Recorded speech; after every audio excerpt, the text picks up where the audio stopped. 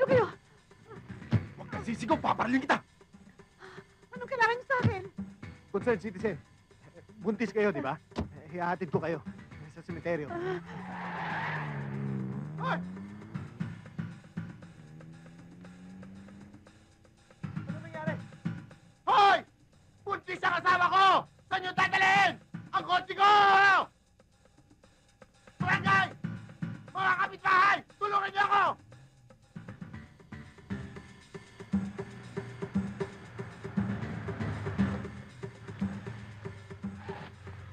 Sige na.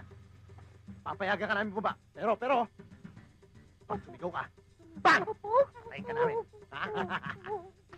Huwag kang maarte, ha?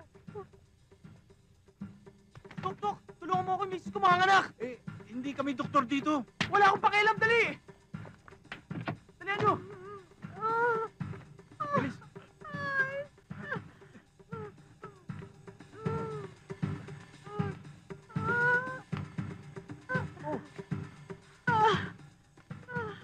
Dok, asawa ko yan, ha? Uy, Junior! Junior Comang! Junior Comang! Halika na! Sandali! Ha? Ako na bahala. Wala ako ng pera! Baka paanakin ka dyan, halika na, uy! Sandali lang! Misis, saan pupunta mister nyo? Hindi ko mister yun! Karnaper yun! Ha?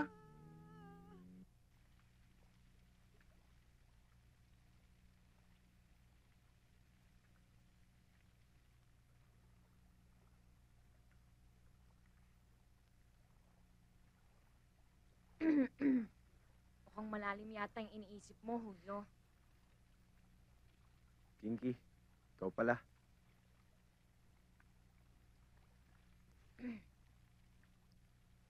Mukhang pinagsisisihan mo na yata yung pagsali sa grupo, eh. Hindi.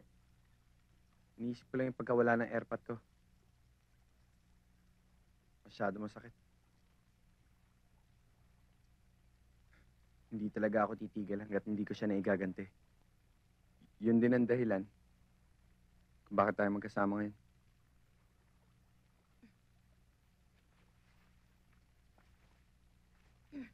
Ibig mong sabihin, yun lang yung dahilan? Wow, ah. Wow! Ang labo, ah. Bakit? Ano ba yung gusto mo sabihin kong dahilan? Wala. Hindi mo may asin. Buisit. Ano sinabi ko mali? Uy!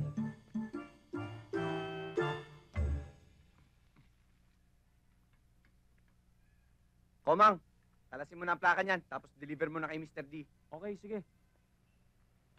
Bunso, pakikalas mo naman yung plaka, oh. Oo, areglado. Ako na magdi-deliver niya kay Mr. Lee.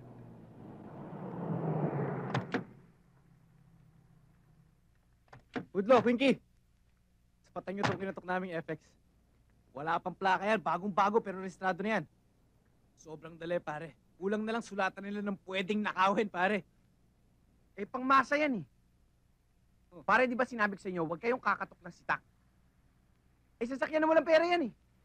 Ang kinakatok natin, yung may pera, yung pangmayaman, yung kahit anong oras, kaya bumili. Tama si Julio. Anong malay nyo baka mamaya ay may-ari niyan? Eh, nagpakahirap magtrabaho sa abroad para lang makapag-ipon ng down payment para dyan. Kaya yung kotseng kinatok nyo, ibalik nyo yan. Dahil yan, pampamilya yan. Negosyo para sa pamilya.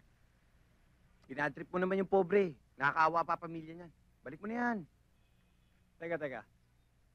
Ikaw ba yung una mong kinatok na sasakyan pang mayaman yun? Hindi naman, di ba? Pare, noon yun. Narinig mo ba sinabi ko? Ibalik mo na yan. Ano ba nangyayari, Teniente? Imbes mabawasan ang karnapping, lalong dumarami ang nagre-reklamo. Ano ba ginagawa nyo? Sir, hindi kami nagpapabaya sa trabaho. Halos uyurin na nga ng mga bata kong buong downtown area, eh. Pero wala kami mahuli kuto. Nilisa nga, wala, eh. Ang problema nga, Teniente, ay puro kwento ang naririnig ko sa iyo. Mula nang ibigay ko sa inyo ni Lieutenant Santos ang kasong ito, siya pa lang ang nagpakita ng pruweba sa akin. Kaya hindi mo ako masisisi kung panghinayangan ko ang kanyang pagkamatay. Sir, naging doble lang siguro ang pag-iingat ng mga karnaper.